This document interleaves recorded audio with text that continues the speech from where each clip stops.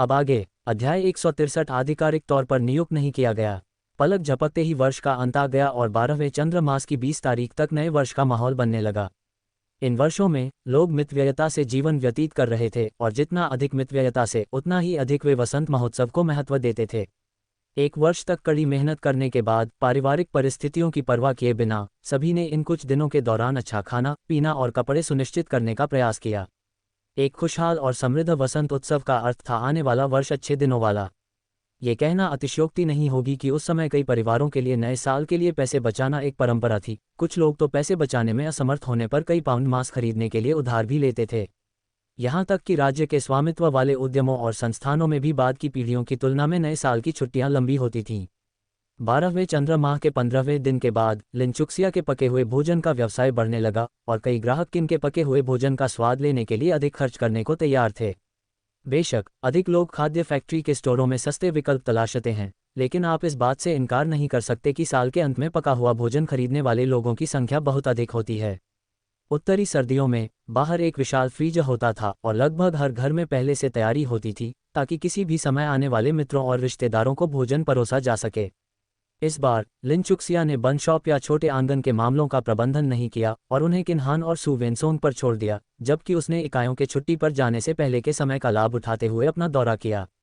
अब जबकि उनके पके हुए भोजन की उचित पैकेजिंग हो चुकी थी, लिनचुक्सिया ने उपहार बॉक्स का एक बैच भी तैयार कर लिया था जो उपहार देने के लिए एकदम उपयुक्त था। इस समय लिनचुक्सिया को एक बार फिर बाद के युगों की छोटी कारों की याद आई। कार के ट्रंक में आप जितना चाहें उतना सामान रख सकते हैं तथा एक दिन में कई स्थानों पर डिलीवरी के लिए आसानी से उपलब्ध हो सकते हैं।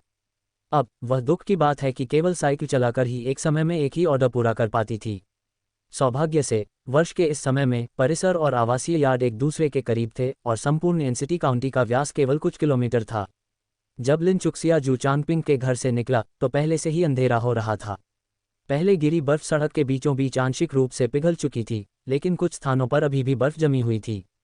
दोपहर में जब सूरज निकला तो स्थिति ज्यादा खराब नहीं थी, लेकिन शाम होते होते तापमान गिर गया और सड़कें जम गईं, जिससे साइकिल चलाना खतरनाक हो गया और गिरने का खतरा भी हो गया। मशीनरी फैक्ट्री के आवासीय परिसर से अपनी बाइक को बाहर धकेलते हुए लिनचुक्सिया ने सू वेनमाओ को गली से बाहर निकलते देखा। वह पहले से ही बहुत लंबा नहीं था, अब वह पूरी तरह से उदास लग रहा था। उसके हाथ में कुछ था, मानो वह एक बेसहारा कुत्ता हो। अभी अभी शू चांगपिंग के घर में उन्होंने उस पर चर्चा की थी। वर्ष के अंत में स्टाफ मूल्यांकन में जिन्हें पदोन्नत किया जाना चाहिए था उन्हें पदोन्नत किया गया। केवल एक व्यक्ति स्थायी कर्मचारी नहीं बन पाया, वह था सू वेनमाओ। जू चांगपिंग के अनुसार उसकी कार्य क्षमता औसत दर्जे की थी और उसका आचरण आपत्तिजनक था। अगर मशीनरी फैक्ट्री उसे नौकरी से न भी निकाले तो भी उसे किसी महत्वपूर्ण पद पर नहीं रखा जाएगा। लिनचुक्सिया जानती थी कि यह जू चांगपिंग का उसके साथ पक्षपात करने का प्रयास था। आखिरकार उसने पहले भी जू चांगपिंग से सू वेनमाओ का जिक्र किया था। ऐसी सरकारी फैक्ट्रियों में एक बार नौकरी मिल जाने के बाद आपकी नौकरी आमतौर पर पक्की रहती है। चाहे काम का प्रदर्शन कितना भी खराब क्यों न हो, बुरी से बुरी स्थिति में भी आपको पदोन्नति नहीं मिलती और आप जीवन भर लेवल 1 कर्मचारी ही बने रहते हैं। सू वेनमाओ जैसे व्यक्ति जो स्थायी पद के लिए भी योग्य नहीं थे, निश्चित रूप से शू चांगपिंग के प्रभाव के कारण ही दोषी थे। इस समय मशीनरी फैक्ट्री के आवासीय यार्ड में सू वेनमाओ की उपस्थिति संभवतः नेटवर्क बनाने और अपनी स्थिति सुधारने का एक प्रयास था, लेकिन परिणाम आदर्श से कम प्रतीत हुआ।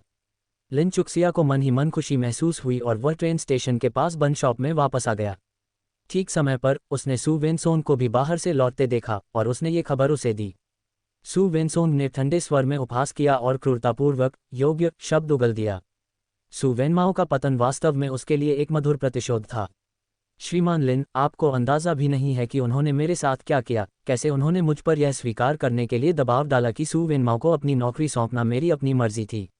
जब मैंने हस्ताक्षर करने से इनकार कर दिया तो उन्होंने स्थानीय कार्यालय के साथ मिलकर जाली दस्तावेज तैयार किए और सू वेनमाओ को मेरी जगह लेने पर मजबूर कर दिया।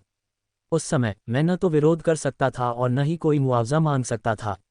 उस अवधि को सू वेनसोंग के लिए सबसे अंधकार में समय कहा जा सकता है, जो ग्रामीण इलाकों में कठिन परिश्रम से भी अधिक कष्टदायक था। लिनचुक्सिया ने उसका कंधा थपथपाया। अब सब कुछ बीती बात हो गई है। शुक्र है कि तुम मशीनरी फैक्ट्री में काम करने नहीं गए, वरना मुझे इतना योग्य कर्मचारी नहीं मिल पाता। उस समय एक व्यक्तिगत व्यवसाय के मालिक के तौर पर मैं मशीनरी फैक्ट्री के लोहे के कटोरे का मुकाबला नहीं कर सकता था। उसकी बातों से सू वेनसोंग भी मुस्कुराने लगी। श्री लिन से मिलना मेरा सौभाग्य है। सू वेनमाओ जीवन भर मशीनरी कारखाने में प्रशिक्षु बनी रहें। ठीक है, उसे जीवन भर के लिए वहां प्रशिक्षु बना दिया जाए और देखा जाए कि वह इसे सहन कर सकता है या नहीं। दरअसल सु वेनमाओ अब और बर्दाश्त नहीं कर सकता था। उसे जीवन भर प्रशिक्षु बने रहने की कोई ज़रूरत नहीं थी। जैसे ही मूल्यांकन के नतीजे आए, वह अकेला प्रशिक्षु था जिसे नियमित नहीं किया गया। उसके आसपास के सहकर्मियों की अजीबोगरीब निगाहें उसे छुपने के लिए ज़मीन में कोई दरार ढूंढने पर मजबूर कर रही थीं। वह जानता था कि वह काम में सक्रिय नहीं है और उसके सहकर्मी उसके बारे में शंकाएं रखते हैं। लेकिन इससे क्या फ़र्क पड़ता है? जब तक कोई मशीनरी फैक्ट्री में घुसता है, उसे लोहे का चावल का कटोरा मिलता रहता है। उन्होंने सोचा, तब तक मैं भी बाकी लोगों के साथ घुल मिलकर एक नियमित कर्मचारी बन जाऊंगा और वे जितना चाहें उतना असहज महसूस कर सकते हैं। उन्होंने कभी यह उम्मीद नहीं की थी कि जब समय आएगा तो उनका नाम नियमितीकरण के लिए निर्धारित लोगों की सूची में नहीं होगा। अपने सहकर्मियों की उपहासपूर्ण और व्यंग्यात्मक निगाहों को देखकर उनमें और भी अधिक इच्छा जागृत हुई कि वे जमीन में कोई दरार ढूंढकर उसमें रेंग सकें। पिछले कुछ दिनों से वह छुट्टी लेकर नियमितीकरण के लिए प्रयासरत हैं, लेकिन उन्हें हर जगह बाधाओं का सामना करना पड़ रहा है। वह हैरान था, एक प्रशिक्षु कर्मचारी को नियमित न करना मशीनरी कारखाने में अभूतपूर्व था और फिर भी यह उसके साथ हुआ था। घर वापस आकर श्रीमती सु अभी भी अच्छी खबर का इंतजार कर रही थी और जब उन्होंने उसे वापस आते देखा तो वे जल्दी से वहां पहुंच गईं। कैसा रहा? क्या वे आपको नियमित कर्मचारी बनाने के लिए सहमत हो गए? सु वेनमाओ ने जो कुछ पकड़ा था उसे सीधे श्रीमती सु की बाहों में डाल दिया। उपहार वितरित नहीं किए गए थे, क्या परिणामों के बारे में पूछने की भी आवश्यकता थी? सु दाजून भी इन दिनों परेशान है, घर में लगातार सिगरेट पी रही है। श्रीमती सु फिर भी उसके पीछे दौड़ी और पूछा, तुम्हें नियमित न करने का असली कारण क्या है? तुम्हें नियमित न करने के पीछे कोई तो कारण होगा, है न? तुम इतने लंबे समय से इंटर्न हो, साल के अंत तक कौन नियमित नहीं हो जाता? सु वेनमाओ ने अपने होंठ भींचे। उन्होंने कहा कि मैंने प्रशिक्षु के रूप में भी अच्छा प्रदर्शन नहीं किया है, लेकिन मैंने अच्छा प्रदर्शन कैसे नहीं किया? मैं भी वैसा ही करता हूं जैसा दूसरे करते हैं। मुझे लगता है कि वे बस मुझे निशाना बना रहे हैं। यदि पहले कोई निशाना नहीं बनाया गया होता तो श्रीमती सु शायद इस पर विश्वास कर लेती, लेकिन अब जब उपहार स्वीकार कर दिए गए हैं, अभी इसकी चिंता मत करो। शायद तुम्हारा वजन थोड़ा कम है, अपने पिता को उनसे मिलने जाने दो। हम और सामान ले आएंगे। हो सकता है कि हमने पर्याप्त सामान नहीं दिया हो, हमारी ईमानदारी में कमी रही हो। ये कहकर वह अपने पति से बात करने चली गई। सु दाजून भी इसे समझ नहीं पाया। उन्होंने वह काम ले लिया जो मूल रूप से सु वेनसोंग के लिए था। और हाँ, सु वेनसोंग एक निराश युवक था। नौकरी का कोटा लोहे के चावल के कटोरे जैसा था जो कीलों से ठोका गया था। लेकिन ये कहना कि उनके बेटे में नियमितीकरण की योग्यता नहीं थी, उन्हें कतई पसंद नहीं था। उन सभी कारखानों में बहुत से कामचोर थे और उनका बेटा उनमें से किसी से भी बदतर नहीं था। सिगरेट का टुकड़ा कुचलते हुए उसने भौहें चढ़ाते हुए कहा, कल शराब की कुछ बोतलें और खरीद लेना, मैं जाकर इसके बारे में पूछूंगा। अपने पिता के हस्तक्षेप का निर्णय सुनकर सु वेनमाओ तुरंत उत्साहित हो गया। पिताजी, आपको उनसे ठीक से बात करनी चाहिए, उनसे कहना चाहिए कि मुझे लेवल 1 वर्कर बना दें। कोई ने कहा, एक बार मैं लेवल 1 वर्कर बन जाऊं तो वह अपने माता पिता से हमारी शादी के लिए राजी होने को कहेगी। कोई अभी भी मेरे जवाब का इंतजार कर रही है। सु दाजून की भौहें गहरी हो गईं और उनकी हताशा स्पष्ट हो गई। कोई, तुम्हें सिर्फ कोई की परवाह है। अगर तुम्हें इतनी ही परवाह थी तो तुम्हें शुरू से ही अपने काम के प्रति गंभीर होना चाहिए था। काम तो तुम्हारे हाथ में था ही, मुझसे और क्या उम्मीद करते हो? वह बीते सालों वाला सु दाजून नहीं रहा।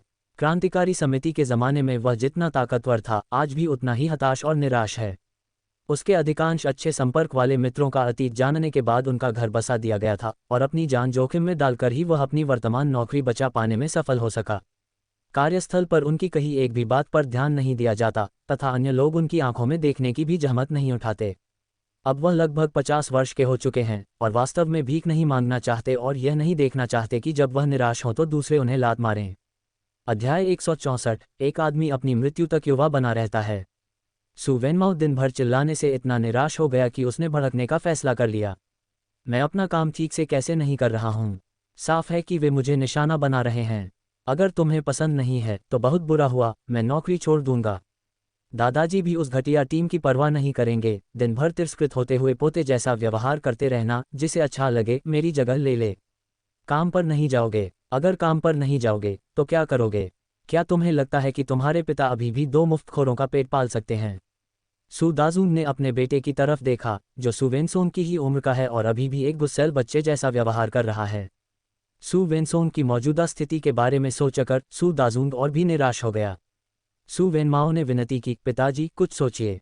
चलो सू वेनसोंग की दुकान संभाल लेते हैं। अगर हमें वह दुकान मिल गई तो न सिर्फ मुझे नौकरी मिल जाएगी बल्कि माँ और कुई कुई को भी। हमें उस घटिया नौकरी पर जाने की ज़रूरत नहीं पड़ेगी। हम अपनी खुद की बन की दुकान सुस डिम्पलिंग शॉप खोल सकते हैं और अपने मालिक खुद बन सकते हैं। सोचिए ज़िंदगी कितनी अच्छी होगी। उसकी आंखें भविष्य की योजना बनाने की आशा से चमक रही थीं।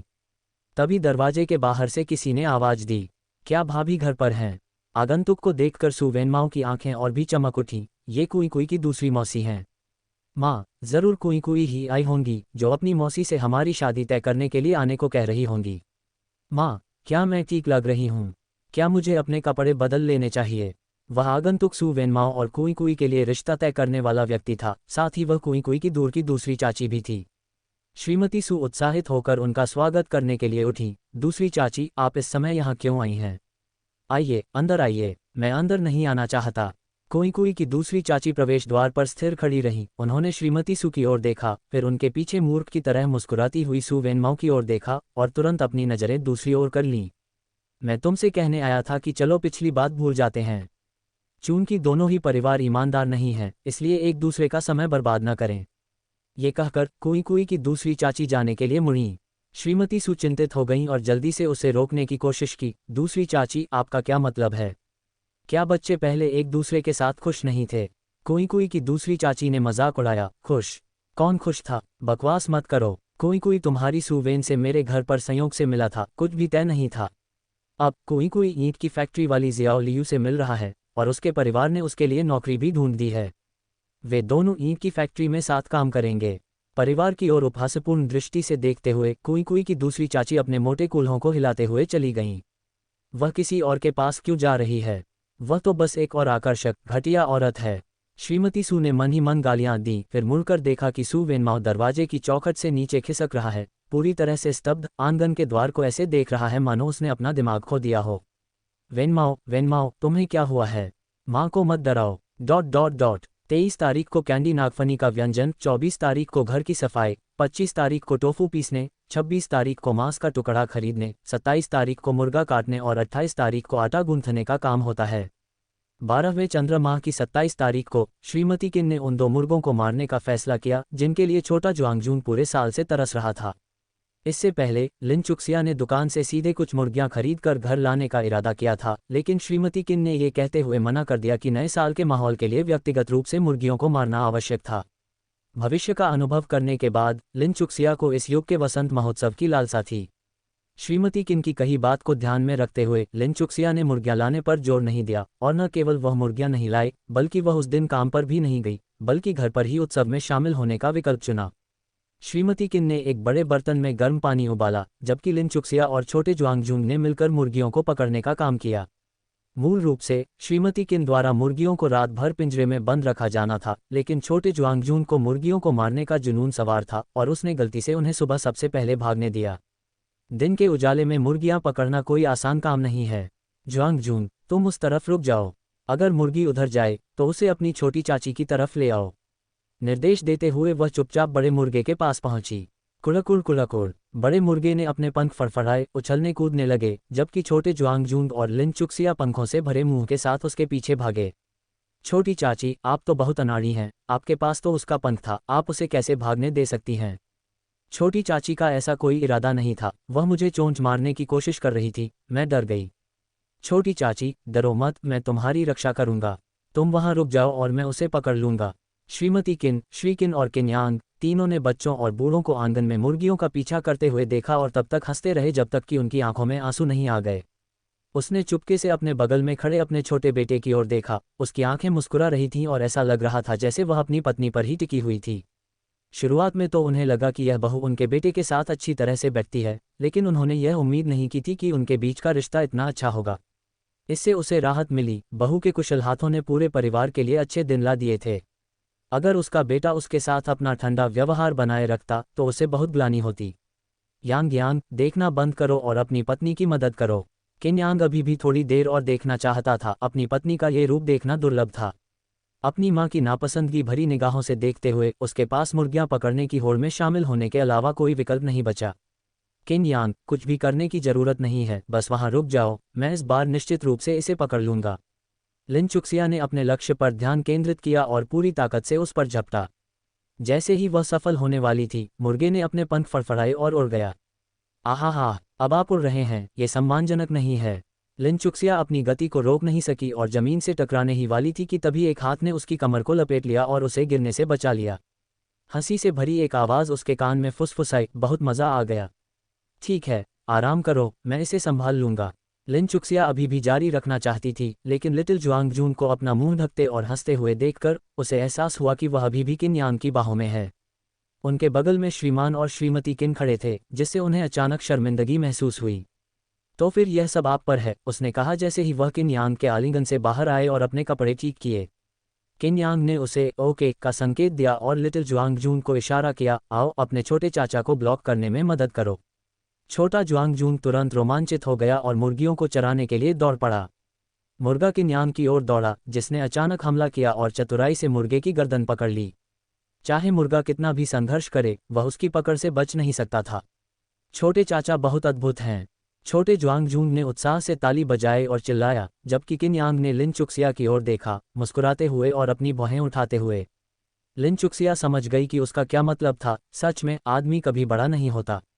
उसकी आशा भरी निगाहों के नीचे उसने उसे अंगूठा दिखाया।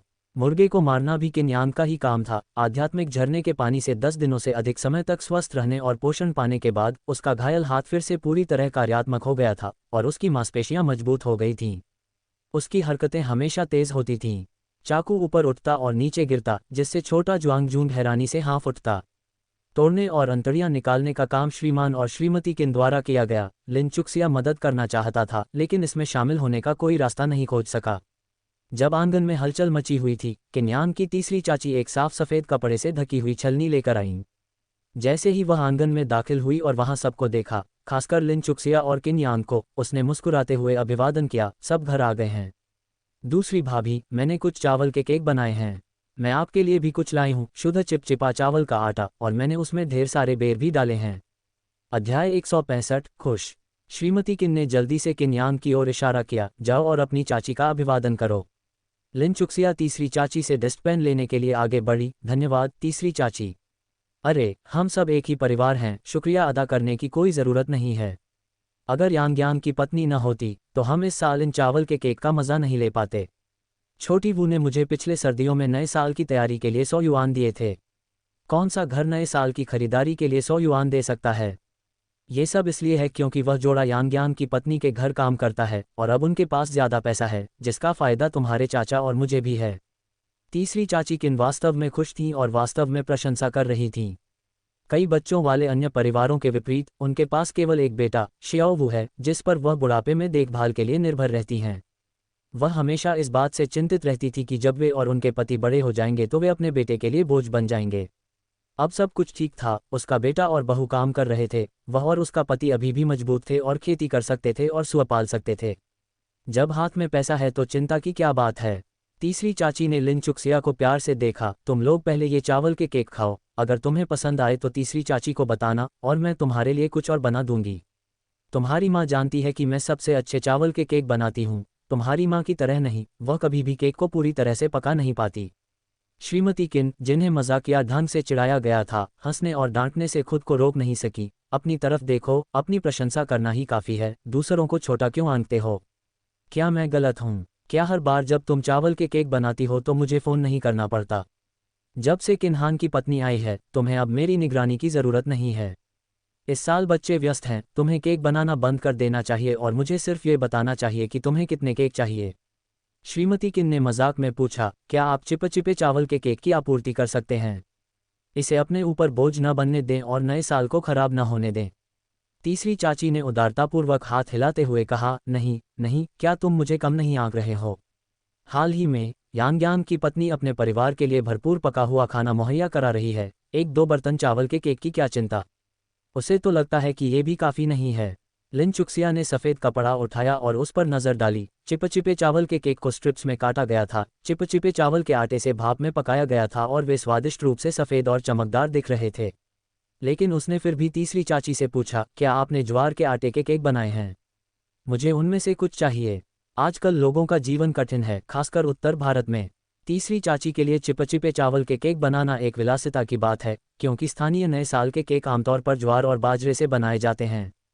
लिन चुक्सिया को अभी भी हाल के वर्षों में लोकप्रिय बड़े कान वाले बौने ज्वार की याद है। उच्च उपज और उच्च चिपचिपाहट के साथ भाप केक के लिए पिसी हुई ज्वार के साथ मकई का आटा मिलाकर एक पीले रंग का चिपचिपा और स्वादिष्ट केक बनाया जाता था।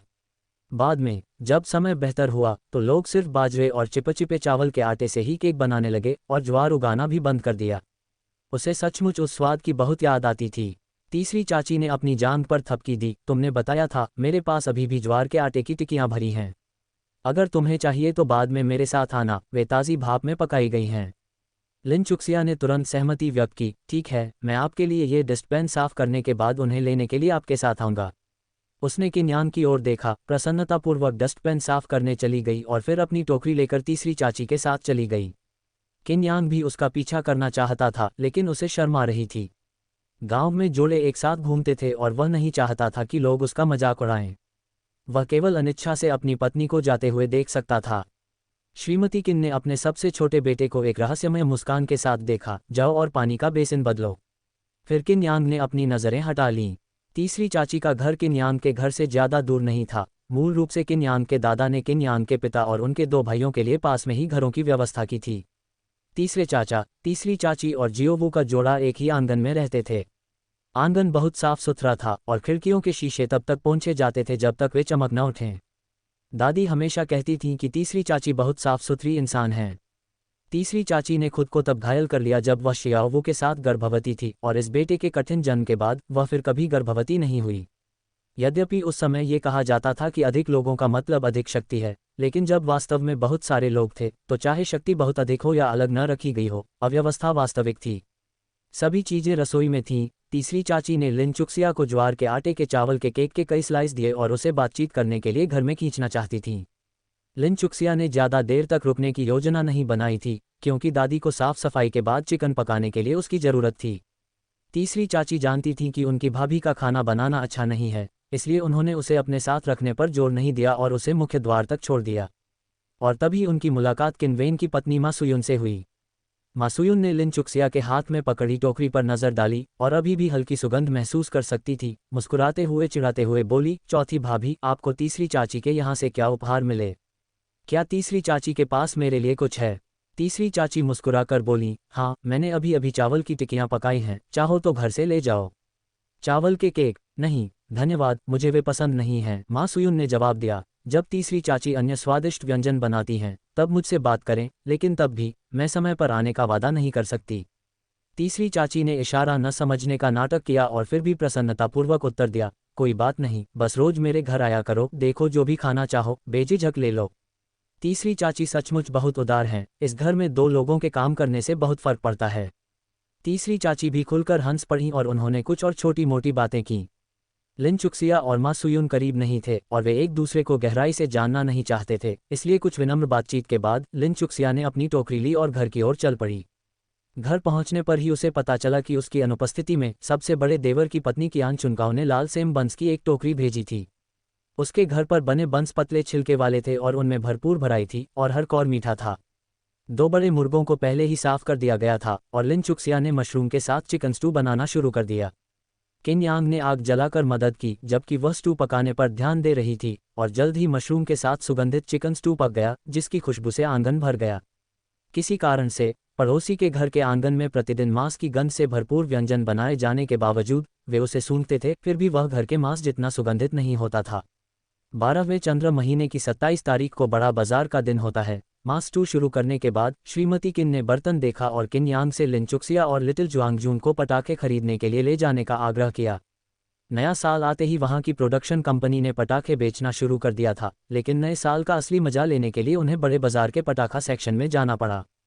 पटाखों से भरे ट्रक और व्यापार को आकर्षित करने के लिए मालिक अपने पटाखों की गुणवत्ता साबित करने के लिए कुछ लड़ियां भी लगाते थे। पूरे पटाखा बाजार में गोलियों की तड़तड़ाहट के साथ विस्फोटों की आवाज़ें गूंज रही थीं, जो बेहद जीवंत थीं। किन्यांग ने लिन चुक्सिया और लिटिल जुआंगजून को अपने पीछे ढालते हुए एक विक्रेता से दूसरे विक्रेता के पास जाकर उनसे ढेर सारे पटाखे और 2 ढेर डबल थंडरक्रैकर खरीदे और फिर उन्हें संतुष्ट होकर घर वापस ले गया। वापस आते समय किन्यांग ने लिन चुक्सिया की चमकती आंखों को देखा और पूछा, क्या तुम खुश हो? खुश, लिन चुक्सिया ने बिना किसी हिचकिचाहट के सिर हिलाया। किन यांग, क्या आप जानते हैं, मैंने लंबे समय से इतनी खुशी महसूस नहीं की थी, और यह भी एक लंबा समय हो गया था जब उसने इतने गर्म और जीवंत नए साल का अनुभव किया था। संभवतः 2 जीवन कालों के बराबर। छोटे ज्वांगजूंग ने छोटे पटाखों की एक लड़ी पकड़ी हुई थी, उसे डर था कि वह छूट जाएगा। वह भी उछल पड़ा और चिल्लाया, चाचा, मैं भी खुश हूँ। जब हम घर पहुँचेंगे तो मैं अपने छोटे लाल पटाखे फोड़ूंगा, क्या आप मेरे साथ चलेंगे? चाची, क्या आप पटाखे फोड़ने से डरती हैं? अगर डरती हैं तो मैं आपकी रक्षा करूंगा। किन यांग ने हंसते हुए अपना छोटा सा सिर हिलाया। हमें इसके लिए तुम्हारी जरूरत नहीं है, तुम छोटे बदमाश। अध्याय 166। अच्छा एहसास नहीं। 12वें चंद्र मास की 28वीं तारीख को दुकान में सिर्फ आधा दिन ही कारोबार हुआ। दोपहर के भोजन के बाद नए साल की छुट्टी के लिए दुकान बंद हो गई। लिन चुक्सिया ने इस महीने का वेतन, बोनस और छुट्टियों के लाभ वितरित करने के लिए सभी कर्मचारियों को बंद शॉप पर इकट्ठा किया। सभी को पहले से ही इसकी सूचना दे दी गई थी और वे खुशी और उत्साह के साथ इसका इंतजार कर रहे थे। विशेषकर नए कर्मचारियों के लिए यह पहली बार था कि वे काम करके पैसा कमा रहे थे। पहले सब्जियां उगाने और बेचने में अपने परिवार की मदद करके पैसा तो कमाते थे, लेकिन वह पारिवारिक पैसा होता था। आज उन्होंने सचमुच अपने नाम से पैसा कमाया है। क्या सब लोग यहाँ हैं? लिन चुक्सिया लाल लिफाफों का ढेर लेकर आई, उपस्थित लोगों पर नजर डाली, देखा कि सभी लोग उपस्थित हैं और अपना गला साफ किया। इस साल आपकी कड़ी मेहनत के लिए आप सभी का धन्यवाद। मैं किन की बन शॉप और जियांग फूड के लिए एक बेहतर साल की आशा करता हूँ। आइए अभी से पैसे बांटना शुरू करें। हो शियाओबाओ ने सबसे पहले उत्साह से ताली बजाई। लिन चुक्सिया ने हंसी और तालियों के बीच नाम पुकारना शुरू किया। सबसे पहले नए कर्मचारी थे सन लियांगडोंग। यहाँ सुन लियांगडोंग सीधे खड़े हुए और जोर से चिल्लाए, जिससे भीड़ में फिर से हंसी की लहर दौड़ गई। लिन चुक्सिया भी मुस्कुराए, इतना घबराने की जरूरत नहीं है। इस महीने आपने हमारे रेडी टू ईट उत्पादों को तैयार करने में ओवरटाइम काम किया, ये सुनिश्चित करते हुए कि हमारे सभी ऑर्डर पूरे हों। आपने एक महत्वपूर्ण भूमिका निभाई। यहाँ 20 दिनों का वेतन 20 है, ओवरटाइम वेतन 18.5 है, बोनस 10 है और छुट्टियों का शुल्क 10 है, कुल मिलाकर 58.5 है। इसे गिन लो। सन लियांगडोंग पहले तो झिझका, अविश्वास और अति प्रसन्नता से भर गया, चारों ओर सबकी ओर देखने लगा, फिर अंततः लिन चुक्सिया के इशारे पर उसने पैसे स्वीकार कर लिए। सिर्फ वही नहीं, बल्कि उसके साथ आए कुछ अन्य लोग भी उतने ही अविश्वासी और आश्चर्यचकित थे।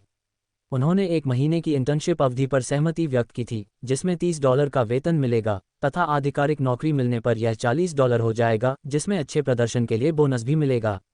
उन्होंने वास्तव में गांव के मुखिया के अनुरोध पर इन दिनों में बहुत काम किया और पूरी लगन से ओवरटाइम काम किया। उन्होंने वास्तव में गांव के मुखिया के कहे अनुसार अच्छा प्रदर्शन करने और अपने गांव का नाम रोशन करने के लिए ऐसा किया। उन्हें ओवरटाइम वेतन मिलने की उम्मीद नहीं थी, तथा ये भी नहीं कि अच्छे प्रदर्शन के परिणामस्वरूप उन्हें बोनस मिलेगा। 1 महीने से भी कम समय में 50 से अधिक की कमाई होने पर वे कल्पना कर सकते थे कि जब वे ये पैसा घर लाएंगे तो उनके माता पिता उन्हें कैसी नज़रों से देखेंगे। लिन चुक्सिया भी उनके लिए खुश थे। इतने बड़े ऑर्डर और थकान की शिकायत न करने वाले इन नए लोगों को, जिन्हें गांव के मुखिया ने खास तौर पर उनकी साक्षरता के लिए चुना था, ये लोग मशीनों में जल्दी ही निपुण हो गए। वे इसके हकदार थे। किन यूफेंग, वेतन 20, ओवरटाइम वेतन 19.2, बोनस 10, अवकाश शुल्क 10, कुल 59.2।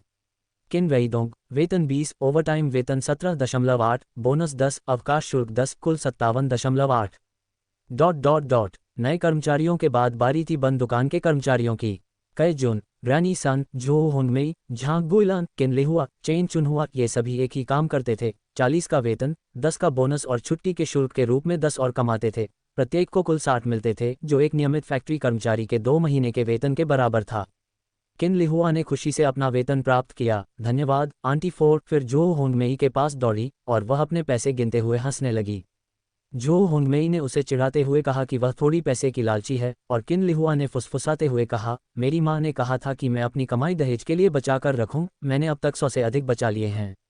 चेन चुनुआ ने लिन चुक्सिया से अपना लाल लिफाफा लिया और मुस्कुराते हुए अपनी सीट पर वापस आ गई और अपने बगल में बैठी मा इंगजी से फुसफुसा कर कहा, हमारे बॉस वाकई बहुत उदार हैं, बोनस और छुट्टियों की फीस के मामले में। पिछले महीने जब मैं पैसे लेकर घर गई तो मेरे पति ने मेरे साथ बहुत अच्छा व्यवहार किया। इस महीने मुझे पिछले महीने से 20 ज़्यादा मिले।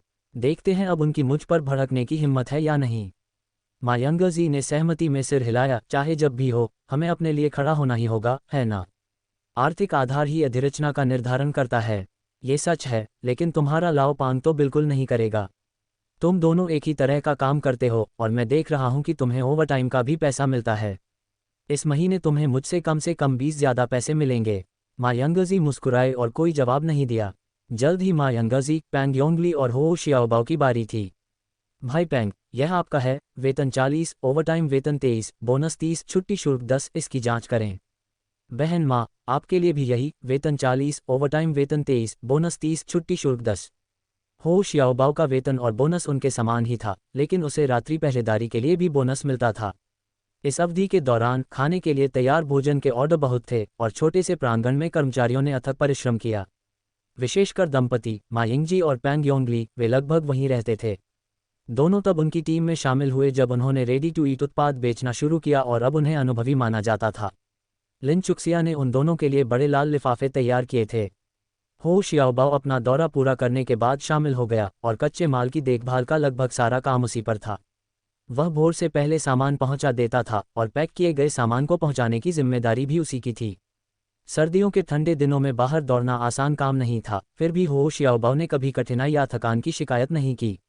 वापस लौटने पर भी उन्होंने आराम नहीं किया और दंपति के साथ मिलकर काम करते रहे। सबसे महत्वपूर्ण बात यह थी कि उनमें उपकरणों को संभालने और मशीनों को बहुत ही सुचारू रूप से चलाने की प्रतिभा थी। जब उन्होंने इन कुछ लोगों के वेतन के आंकड़े सुने तो ईर्ष्या भरी निगाहें पड़ीं, लेकिन हर कोई जानता था कि छोटा सा आंगन हाल ही में बहुत व्यस्त रहा है। अंत में दुकान के प्रबंधक और कुछ लोग ही बाहर का कारोबार संभालते थे। किन हान और सुन लानलान को 100-100 अंक मिले, किन वू को उनके व्यवसाय कमीशन के साथ 113 अंक मिले, सुन बिंगनान को 108 अंक मिले, जिया लियांग को 124 अंक मिले तथा सू वेनसोन को सबसे अधिक अंक मिले, कुल मिलाकर 145 अंक मिले। अंत में सभी को अवकाश लाभ के रूप में 3 किलोग्राम खाने योग्य उत्पाद भी प्राप्त हुए। पैसे बांटने के बाद सबको घर भेजने की कोई जल्दी नहीं थी। उन्होंने बंद शॉप में 2 मेज़ों पर व्यंजन सजाए ताकि सब इकट्ठा होकर आनंद ले सकें। मा यंगज़ी ने देखा कि कुछ लोग पहले ही रसोई में जा चुके थे और चेन चुनहुआ को, जो अभी भी विचारों में डूबा हुआ था, आवाज़ दी, चुनहुआ, चलो हमारे साथ सब्जियां तोड़ने में शामिल हो जाओ। तुम सभा में शामिल होने से मना तो नहीं कर रहे हो, है ना? और ठीक है। चेन चुनहुआ झट से बाहर निकला और रसोई घर में चला गया। मा यिंगजी को आगे देखकर उसे थोड़ी बेचैनी महसूस हुई। उसने सोचा कि वह उससे केवल 10 अधिक कमाती है। उसे खुश करने के लिए उसने 20 कहा, लेकिन उसने यह उम्मीद नहीं की थी कि मा यिंगजी वास्तव में उससे 40 से अधिक कमाती है। उनके पति का मासिक वेतन 40 भी नहीं था, इसलिए मूलतः मा यिंगजी का एकल वेतन उन दोनों की संयुक्त आय के बराबर था। लिन चुक्सिया भी चीज़ों की जांच करने ही वाली थी कि हो शियाओबाओ उसके पास आया, लेकिन बोलने में हिचकिचा रहा था। क्या हुआ? आप वसंत महोत्सव कहाँ बिताने की योजना बना रहे हैं? जब हो शियाओबाओ के परिवार वालों को पता चला कि वह बंद शॉप में काम करता है तो वे एक बार उसके पास गए, शायद इसलिए क्योंकि उसके बड़े भाई के बच्चे की स्कूल फीस की ज़रूरत थी, और उससे पैसे उधार मांगे। हो शियाओबाओ ने घर के बहाने पैसे देने से इनकार कर दिया। वह स्कूल की फीस देने को तैयार था, लेकिन उन्हें उसका घर वापस करना पड़ा। शुरुआत में हो द एल्डर ने उसे घर से निकाल दिया था और इस बहाने से उसका घर हथिया लिया था कि वह ठीक से पढ़ाई नहीं कर रहा है। अब जब वह ठीक हो गया है, अगर वे अब भी उसे भाई मानना चाहते हैं तो उन्हें उसका घर वापस कर देना चाहिए। हो द एल्डर को यह उम्मीद नहीं थी कि वह घर वापस मांगेगा, और वह गालियां देते हुए वहां से चले गए। उन्हें पैसे नहीं मिले और बेशक उनका घर वापस करने का कोई इरादा नहीं था। अध्याय 167, लिन जियादोंग दस्तक देता है। हो शियाओबाओ ने जिया लियांग की ओर इशारा करते हुए कहा, भाई लियांग ने मुझे भी छुट्टियां उनके साथ मनाने के लिए आमंत्रित किया था, लेकिन मैंने सोचा कि छुट्टियों में बंद शॉप को अकेला नहीं छोड़ा जा सकता, इसलिए मैंने छुट्टियां बंद शॉप में बिताने और भाई लियांग के घर पर पुनर्मिलन भोज करने का फैसला किया। आंटी जिया अब हमारे साथ बहुत अच्छी हैं, अगर मैं नहीं जाता तो वे दुखी होती। लिन चुक्सिया ने सिर हिलाया, ये सुनकर खुश हुआ कि उसके पास योजनाएं थीं। हो शियाओबाओ ने अपना सिर खुजाते हुए कहा, बॉस, इस बार मैं ही अकेला था जो सेल से खाली हाथ लौटा। क्या आप मुझसे निराश हैं? वापस आने के बाद से मैं इस बारे में बहुत सोच रहा हूँ। शायद मेरी छवि की वजह से मैं नए साल के बाद फिर से कोशिश करने की सोच रहा हूँ। मैं और भी ग्राहकों से मिलूंगा और आपको निराश नहीं करूंगा, बॉस। तो मुद्दा यही था। दरअसल जो लोग बाहर गए थे उनमें से केवल हो शियाओबाओ ही खाली हाथ लौटे। उन दिनों जब हर कोई उदास लग रहा था और आंगन में भीड़ बढ़ गई थी, उसके पास इन विचारों पर विचार करने का समय नहीं था, लेकिन ऐसा लगता था कि वह अभी भी इसके बारे में चिंतित था। लिन चुक्सिया ने न तो इसकी पुष्टि की और न ही इसका खंडन किया, बल्कि पूछा, क्या आप अपने वर्तमान वेतन से असंतुष्ट हैं? हो शियाओबाओ ने तुरंत अपना सिर खड़खड़ाते हुए ढोल की तरह हिलाया। उसकी आवाज़ तेज होती गई, बेशक मैं संतुष्ट हूँ। इस महीने उन्होंने कुल 118 युआन कमाए, जो सू वेनसोंग और जिया लियांग के बाद सबसे अधिक था। यह एक साधारण मजदूर की 3 महीने से ज़्यादा की कमाई के बराबर था। और असंतुष्ट होने की क्या बात थी। उसने कभी सपने में भी नहीं सोचा था कि वह इतना पैसा कमा सकेगा। बोलने के बाद लिन चुक्सिया के प्रश्न के पीछे के इरादे को समझते हुए उन्होंने शर्मिंदा होकर कहा, मुझे लगता है कि मैंने आपके द्वारा सौंपे गए कार्य को अच्छी तरह से नहीं किया बॉस, और मैंने आपके विश्वास को विफल कर दिया। उन्हें बिक्री का काम करने के लिए भेजा गया था, लेकिन कई चक्कर लगाने के बाद भी कोई सौदा नहीं हो सका। लिन चुक्सिया ने हल्की सी मुस्कान दी, तुम अच्छा काम कैसे नहीं कर सकते थे। इस दौरान सबने तुम्हारी मेहनत देखी है और तुम बेहतरीन रहे हो। बस कुछ चीज़ों में तुम अच्छे नहीं हो बस। हमारी कंपनी में हर किसी का हर चीज़ में दक्ष होना नामुमकिन है। मेरी भी कुछ कमज़ोरियां हैं। हो शियाओबाओ, तुम्हें बेवजह खुद को छोटा समझने की ज़रूरत नहीं है, न ही अपनी कमज़ोरियों पर ध्यान देने की। नए साल के बाद तुम बस उस पर ध्यान केंद्रित करो जिसमें तुम अच्छे हो और अपनी जगह पर अच्छा करो, यही एक बेहतरीन कर्मचारी बनाता है। बॉस, क्या मुझे अब बिक्री के लिए बाहर जाने की ज़रूरत नहीं है। हो शियाओबाओ की आंखें चमक उठीं। सच कहा जाए तो वह उस कार्य से थोड़ा घबराया हुआ था, लेकिन चूंकि हर कोई यह काम कर रहा था, इसलिए उसे लगा कि अगर वह ऐसा नहीं करेगा तो वह अपने बॉस को निराश कर देगा। कोई ज़रूरत नहीं, नए साल के बाद समायोजन होगा। बिक्री के लिए हमारे पास सिर्फ 2 समर्पित लोग होंगे। हो शियाओबाओ ने राहत की लंबी सांस ली, आपने मुझे जो काम सौंपा है मैं उसे अवश्य पूरा करूंगा बॉस। इस समय किन लिहुआ आया, चौथी चाची, कोई आपको बाहर ढूंढ रहा है। लिन चुक्सिया ने हो शियाओबाओ के कंधे पर थपथपाया, उसे काम पर वापस जाने का संकेत दिया और फिर वह बाहर चली गई। बंद शॉप ने पहले ही दोपहर के लिए बंद होने का बोर्ड लगा दिया था, इसलिए जो भी अब उसे ढूंढ रहा था वह कोई ऐसा व्यक्ति होगा जिसे वह जानती थी। जैसे ही वह बाहर निकली उसने लिन जियादोंग को सीढ़ियों के नीचे खड़ा देखा। लिन जियादोंग ने लिन चुक्सिया को देखते ही उसे सिर से पैर तक 2 बार जांचा, उसके स्वर में अविश्वास का भाव था। दूसरी बहन, क्या तुम सचमुच बड़ी बॉस बन गई हो। तुम इन कपड़ों में कितनी अच्छी लग रही हो। कोई आश्चर्य नहीं कि बड़ी बहन नाराज हो गईं। तुम तो शुरू से ही उनसे ज़्यादा सुंदर थीं, और अब तुम बड़ी बॉस हो और इतने अच्छे कपड़े पहने हो तो तुम्हें देखकर ज़रूर गुस्सा होंगी। लिन चुक्सिया लिन जियादोंग के बारे में बाकी लिन परिवार से अलग राय रखता था। ये भाई सीधा साधा था और लिन परिवार ने पहले भी उसे मोहरे की तरह इस्तेमाल किया था। आज यहाँ तक पहुँचने में उनकी योग्यता का अर्थ ये हो सकता है कि उन्हें कोई मिशन दिया गया था। तुम यहाँ कैसे आए। उसने उसे बंद शॉप के अंदर बुलाया, बाहर काफ़ी ठंड थी। लिन जियादोंग पहले कुछ हद तक डरपोक था, भले ही उसकी माँ और बहन ने कुछ कहा था, लेकिन उसे विश्वास नहीं था कि उसकी दूसरी बहन में उस तरह की क्षमता है। अभी भी जब वह लिन चुक्सिया को देखने के लिए किन की बंद शॉप में आया था तो वह घबराया हुआ था। अब जब वह उसे देखता है तो उसकी सारी चिंताएं दूर हो जाती हैं। मुस्कुराते हुए वह बोला, क्या चीनी नववर्ष आने वाला नहीं है। माँ ने बताया कि तुमने शहर में एक दुकान खोली है और मुझे भी नए साल की दावत के लिए कुछ बना बनाया खाना लेने आने को कहा है। दूसरी बहन, मैं देख रहा हूँ कि यह एक बंद शॉप है, क्या तुम बना बनाया खाना भी बेचती हो। लिन चुक्सिया उसके अहंकारी स्वर को देखती है और महसूस करती है कि उसे अपनी माँ द्वारा उससे चीज़ें लाने के लिए कहने में कुछ भी गलत नहीं लगता है, जिससे वह असहाय होकर अपना माथा दबाने लगती है। वह वास्तव में उसकी बुद्धि का परीक्षण करना चाहती है। बेशक शायद अपने मूर्ख छोटे भाई की नज़र में वह हमेशा अपने परिवार में देने वाली रही है, और पिछले 20 वर्षों से यही स्थिति रही है। जियादोंग, अब मैं शादीशुदा हूँ। अगर एक दिन तुम्हें कोई पत्नी मिल जाए और उसका परिवार बिना बताए दहेज में 300 युआन मांग ले और फिर तुम्हारे पास पैसा देखकर बार बार और मांगने लगे तो तुम क्या सोचोगे। लिन जियादोंग एक पल के लिए सोचता है, उसका चेहरा सख्त हो जाता है। मैं ऐसी पत्नी से शादी क्यों करूंगा जो इस तरह से फिजूल खर्ची करती है। अगर मैं उससे शादी भी कर लूँ, अगर वह सिर्फ अपने माता पिता के घर की परवाह करती है और अपने घर की उपेक्षा करती है तो उस जीवन को जीने का कोई मतलब नहीं होगा। वह अचानक लिन चुक्सिया के शब्दों का अर्थ समझ जाता है और अजीब तरह से अपना सिर खुजाता है। लेकिन बड़ी बहन ने कहा कि चूंकि हमारे माता पिता ने तुम्हें जन्म दिया और पाला पोसा, अब जब तुम सक्षम हो गए हो तो उनका सम्मान करना ही उचित है। क्या बड़ी बहन अभी भी घर पर है। लिन जियादोंग ने सिर हिलाया, हाँ, वह आज सुबह घर वापस आ गई। जब मैं यहाँ आया था तब वह गई नहीं थी। इससे ये स्पष्ट होता है कि लिन जियादोंग अचानक क्यों आया। तो फिर बड़ी बहन हमारे माता पिता के सम्मान में ढेर सारी चीज़ें लेकर आई होगी, है ना। मैंने सुना है कि उसके पति ने कोई व्यापार शुरू किया है और उन्होंने सब्जियां बेचकर कुछ खास कमाई नहीं की है। मैंने उसे कुछ लाते नहीं देखा, बस उसे माँ से कहते सुना कि जाओ सुअर का मांस ले आओ। दोपहर के भोजन के समय मैंने उसे खाने के लिए सिर्फ मांस चुनते देखा। अगर मैं जल्दी न करता तो मुझे कुछ नहीं मिलता। लिन जियादोंग ने निराशा भरा चेहरा दिखाया। क्या माँ ने कुछ नहीं कहा। लिन जियादोंग उनके माता पिता का प्रिय पुत्र है, भले ही सबसे बड़ी बहन को पसंद किया गया हो, लेकिन वह उसकी तुलना नहीं कर सकती। माँ ने कुछ कहा लेकिन बड़ी बहन ने नहीं सुना। उसने कहा कि वह गर्भवती है, इसलिए उसे अच्छा खाना चाहिए। लिन चुक्सिया ने आगे कुछ भी पूछे बिना सिर हिलाया और उसे तैयार भोजन लाने के लिए ले गया। सच कहूँ तो मुझे तुम्हें कुछ नहीं देना चाहिए। पहली बात तो ये कि मेरे ससुराल से मेरे माता पिता के घर चीज़ें ले जाना बुरा माना जाता है। दूसरी बात, अगर बड़ी बहन खाली हाथ घर जाए और मैं चीज़ें घर ले आऊँ तो क्या इससे उसकी छवि खराब नहीं होगी? लेकिन तुम बड़ी हो रही हो, इसलिए तुम्हें अच्छा खाना चाहिए। मुझे याद है कि तुम्हें चिकन सबसे ज़्यादा पसंद है, इसलिए ये स्मोक चिकन खाने के लिए ले जाओ। लिन जियादोंग ने मांस की खुशबू सूंघते हुए अपनी लार निगल ली। दूसरी बहन, मुझे भी भरी हुई आंतें और सुअर का जिगर पसंद है। लिन चुक्सिया ने उसके लिए कुछ सुअर का जिगर और आंतें पैक की, जिनका कुल वजन 1 पाउंड से अधिक था।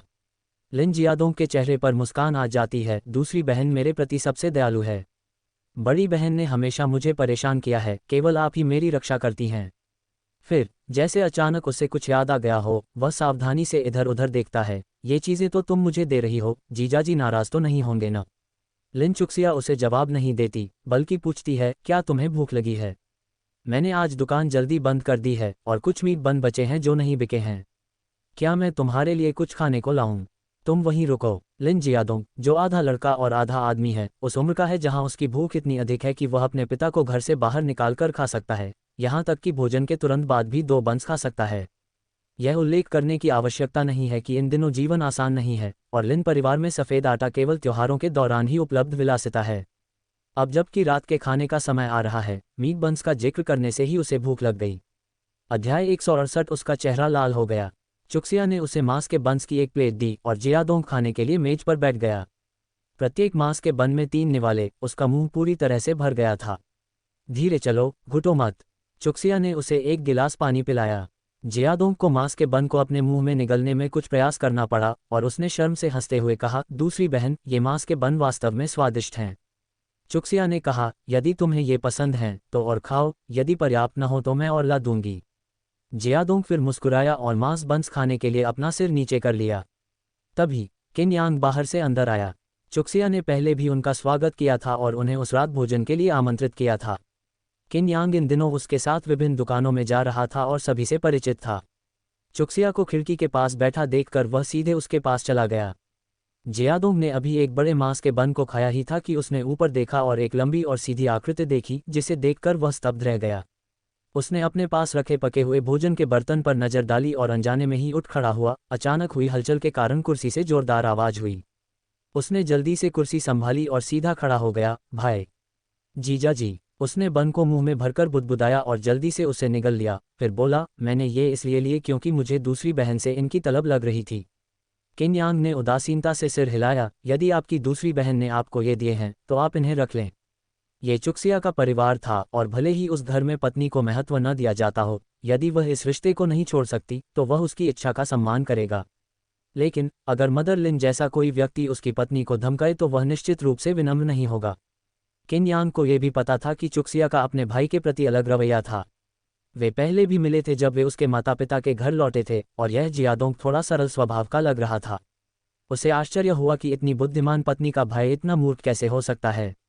ये देखते हुए कि जियादोंग उसके आसपास असहज था, किन यांग ने चुक्सिया से कहा कि वह किन्वू को ढूंढने जा रहा है।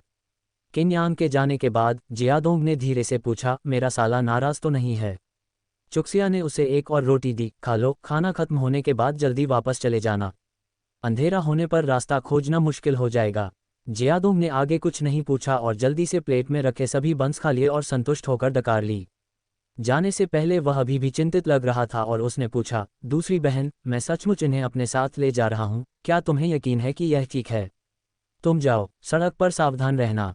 जियादोंग हंसा और अपनी साइकिल पर बैठ गया। नीचे झुककर तेजी से पैडल मारता हुआ कुछ ही देर में शाम के अंधेरे में गायब हो गया।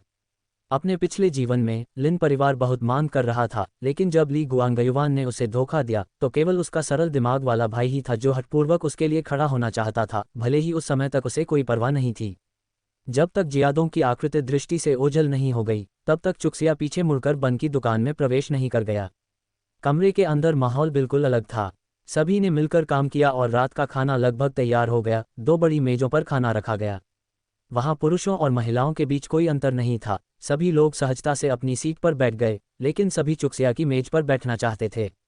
अंत में किन परिवार और उसकी अच्छी दोस्त सन लानलान उनके बगल में बैठ गईं और सन बिंगनान ने अपनी बहन और कयजून के बीच संबंध को बढ़ावा देने के प्रयास में कयजून को भी किन परिवार की मेज पर बैठने के लिए खींच लिया और सू वेनसोंग भी उनके साथ बैठ गईं। चुक्सिया, किन्यांग और पैंगयोंगली युगल, जिया लियांग, हो शियाओबा और चेन चुनहुआ एक मेज पर बैठे थे। 5 नए लोग, 3 महिलाएं चुक्सिया की मेज पर बैठ गईं और 2 पुरुष किन परिवार के साथ बैठ गए। भोजन का माहौल और भी अधिक जीवंत था। चुक्सिया ने एक सरल उद्घाटन भाषण दिया, फिर सभी को खाने और पीने के लिए प्रोत्साहित किया। वेतन और छुट्टियों की खुशी के साथ यह भोजन पूरे 2 घंटे तक चला। हर कोई एक दूसरे को टोस्ट कर रहा था और दुआएं दे रहा था। हो शियाओबाओ ने तो दक्षिण में कराओके का जिक्र भी किया और मौके पर ही सबके लिए एक गाना भी गाया। लिन चुक्सिया ने मन ही मन सोचा, अगर अगले साल मौका मिला तो वह निश्चित रूप से उनके लिए कराओके का आयोजन करेगी। रात के खाने के बाद सभी ने दुकान को फिर से साफ किया। सन लानलान ने लिन चुक्सिया को एक तरफ खींच लिया और उसे एक छोटी थैली दी, आपके लिए नए साल का उपहार। यह एक स्कार्फ जैसा दिख रहा था, चमकीला लाल, वैसा ही जैसा उसने अपनी गर्दन के चारों ओर पहना हुआ था। लिन चुक्सिया ने उसे धन्यवाद दिया और याद दिलाया, अगली बार मुझ पर पैसा खर्च मत करना, इसे अपने ऊपर खर्च करना, अच्छे से तैयार होना ताकि तुम्हें अपना मिस्टर राइट जल्दी मिल सके। सन लानलान ने उसे चंचलता से चुटकी काटी, उसके गाल स्पष्ट रूप से लाल हो गए। लिन चुक्सिया उत्सुकता से उसे देख रही थी। वे अक्सर इस बात का मजाक उड़ाते थे, तो आज इतनी बड़ी प्रतिक्रिया क्यों?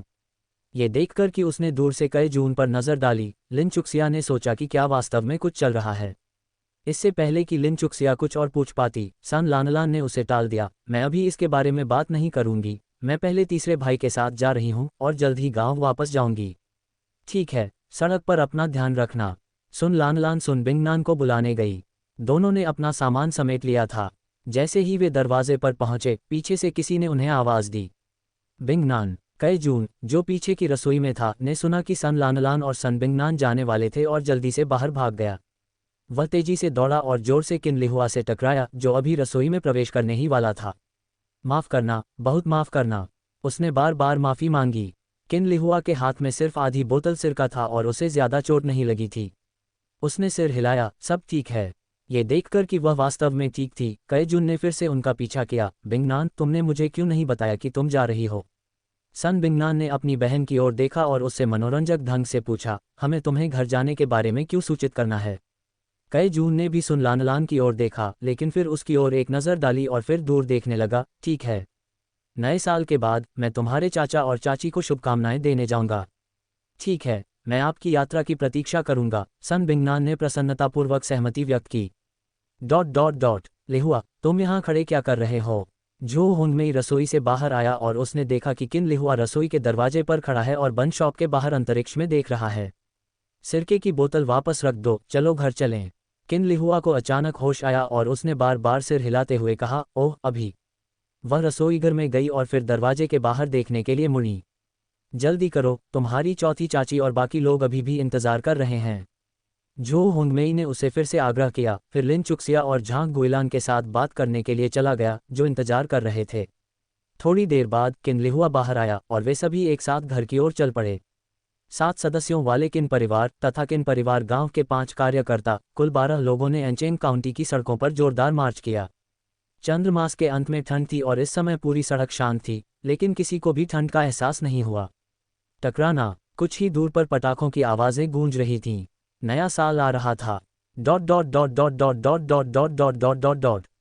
उधर लिन जियादोंग घर लौट आया और तब तक घना अंधेरा हो चुका था, लेकिन उसके परिवार ने अभी तक आराम नहीं किया था। आज फिर बिजली चली गई थी। घर में तेल के दिए जल रहे थे, जिनकी धुंधली टिमटिमाती परछाइयां लिन जियादोंग के मूड पर जरा भी असर नहीं डाल रही थीं। उसने अपनी बाइक के हैंडल से पका हुआ खाना लिया और एक धुन गुनगुनाते हुए घर में प्रवेश किया, तथा प्रवेश करने से पहले ही पुकारा, माँ, मैं वापस आ गया हूँ। उसने अपनी माँ की आवाज़ तो नहीं सुनी, लेकिन उसकी बड़ी बहन लिन जियाई की आवाज़ सुनाई दी, तुम इतनी देर से क्यों आए? हम इतने लंबे समय से तुम्हारा इंतजार कर रहे थे। अध्याय 169, आपकी पितृभक्ति का मूल्य कितना है? ली जियादोंग ने कमरे में प्रवेश किया और अंदर मौजूद व्यक्ति को स्पष्ट रूप से देखा। बड़ी बहन, आप अभी तक क्यों नहीं गईं? और क्या, मैं तुम्हारा इंतजार कर रही थी, लिन जियाई ने चिढ़कर जवाब दिया। उसकी नज़र उसके हाथ में रखे बैग पर टिकी हुई थी। जब उसे मांस की हल्की गंध महसूस हुई तो वह थोड़ा शांत हुई। ली जियादोंग ने चारों ओर देखा और पूछा, तुम लोग मेरा इंतजार क्यों कर रहे हो? क्या तुम सबने खाना खत्म नहीं कर लिया? लिंजियाई समझाने की जहमत नहीं उठा सके और उन्होंने अपना हाथ बढ़ाकर बैग पकड़ लिया। ठीक है, सामान दे दो। बहुत देर हो गई है, क्या तुम्हें पता नहीं मैं गर्भवती हूँ? देर रात तक टहलना ठीक नहीं है। ली जियादोंग ने जल्दी से बैग उसकी पहुंच से दूर कर दिया, हैरान होकर बोला, मेरे देर से घर आने का बड़ी बहन से क्या संबंध है? अगर तुम जल्दी घर जाना चाहती हो तो चली जाओ। मैंने तुम्हें रोका नहीं, नहीं मैंने तुम्हें मेरा इंतज़ार करने के लिए कहा। लिंजियाई उस चीज़ को छीनने में नाकाम रही और उसे घूरते हुए बोली, तुम्हें लगता है कि मैं तुम्हारा इंतज़ार कर रही हूँ? इसे मुझे दे दो। इतनी छोटी सी रकम मेरे दांतों के बीच की जगह भरने के लिए भी काफ़ी नहीं है। क्या तुम किसी काम के भी हो? तुम और क्यों नहीं मांग सकते? तभी ली जियादोंग को समझ आया कि लिन जियाई क्या चाहती थी और उसने बैग को और भी ऊपर उठा दिया। ये दूसरी बहन की तरफ से है, वो सब चीज़ें जो मुझे खाना पसंद है। बड़ी बहन, तुम्हें क्या लगता है कि तुम्हें मुझसे इस पर लड़ने का हक है? तुम्हें लगता है कि ये काफ़ी नहीं है, लेकिन मुझे लगता है कि ये 2 वक्त के खाने के लिए काफ़ी है। ली जियादोंग, लिन जियाई गुस्से से चिल्लाई जब उसे सामान नहीं मिल पाया, तुम्हारा इससे क्या मतलब है? यह मत भूलना कि मैं ही थी जिसने तुम्हें लिन चुक्सिया से कुछ लाने के लिए कहा था। ली जियादोंग ने सिर हिलाया, आपने मुझे इसे लेने के लिए कहा था और आपने कहा था कि दूसरी बहन को हमारे माता पिता के प्रति पुत्रवत होना चाहिए, है ना? हमारे माता पिता के प्रति पुत्रवत होने का मतलब आपके प्रति पुत्रवत होना नहीं है, मैं इसे आपको क्यों दूं? सामान छीनने में असमर्थ लिन जियाई ने शिकायत भरी नज़रों से माँ लिन की ओर देखा, माँ इसे देखो। मदर लिन के लिए भी यह मुश्किल था क्योंकि उन्होंने बीच बचाव करने की कोशिश की, जियादोंग, अपनी बड़ी बहन को थोड़ा सा दे दो, वह अभी भी गर्भवती है, तुम्हें पता है। नहीं दे रही। ली जियादोंग ने सामान कसकर पकड़ लिया, वह ली परिवार के लिए एक बच्चे को जन्म दे रही है। अगर उसे अच्छा खाना चाहिए तो उसका पति उसके लिए खरीद ले। वह मेरा क्यों ले? ये सब दूसरी बहन का है। माँ लिन ने भी उन वस्तुओं को देखा और वास्तव में वे सभी उसके बेटे की पसंदीदा थीं। उसके बेटे को सुअर का कलेजा खाना बहुत पसंद था, लेकिन वह महंगा था।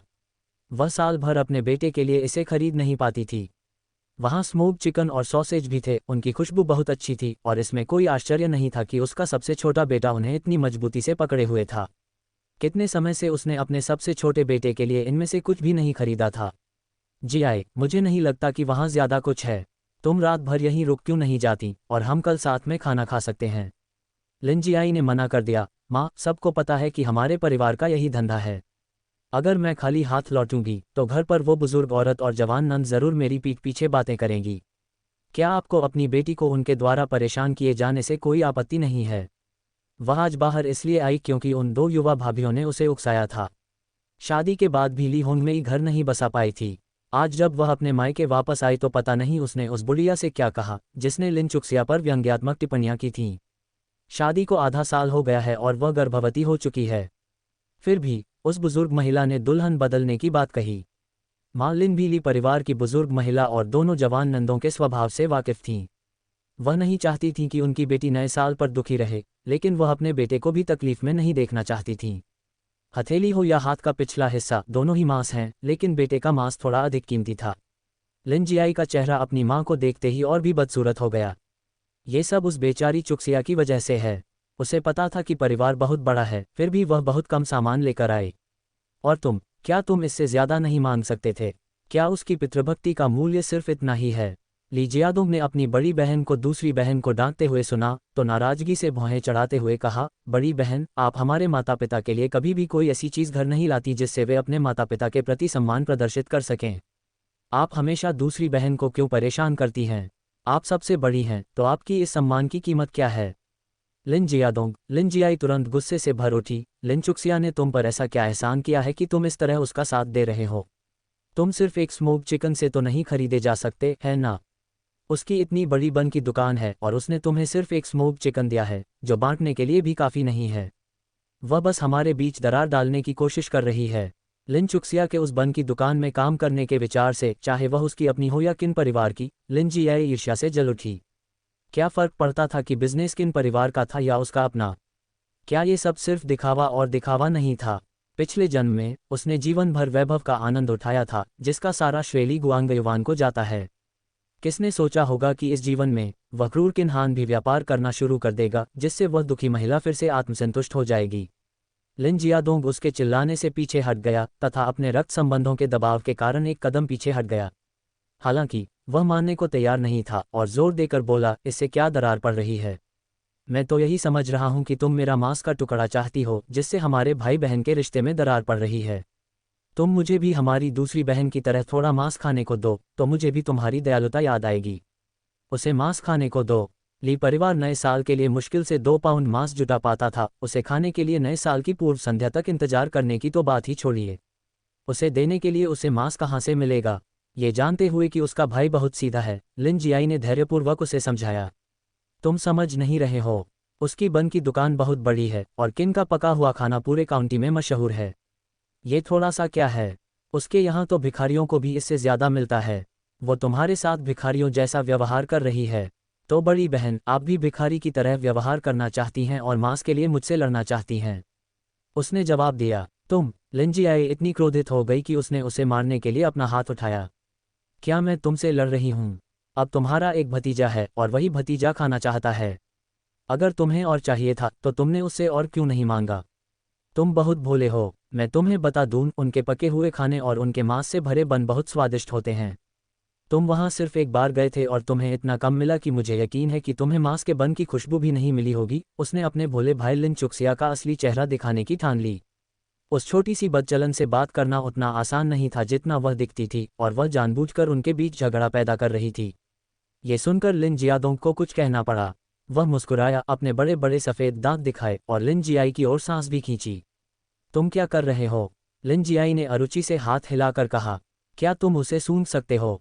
मांस के बंस की खुशबू। उसने अपनी हथेली पर कुछ गहरी सांसें लेते हुए कहा। जरा भी जिक्र मत करो, बड़ी बहन के मीट बन वाकई बहुत स्वादिष्ट हैं। उन्हें डर था कि जब मैं वापस आऊँगा तो मुझे भूख लगेगी, इसलिए उन्होंने मुझे एक बड़ी प्लेट भर दी।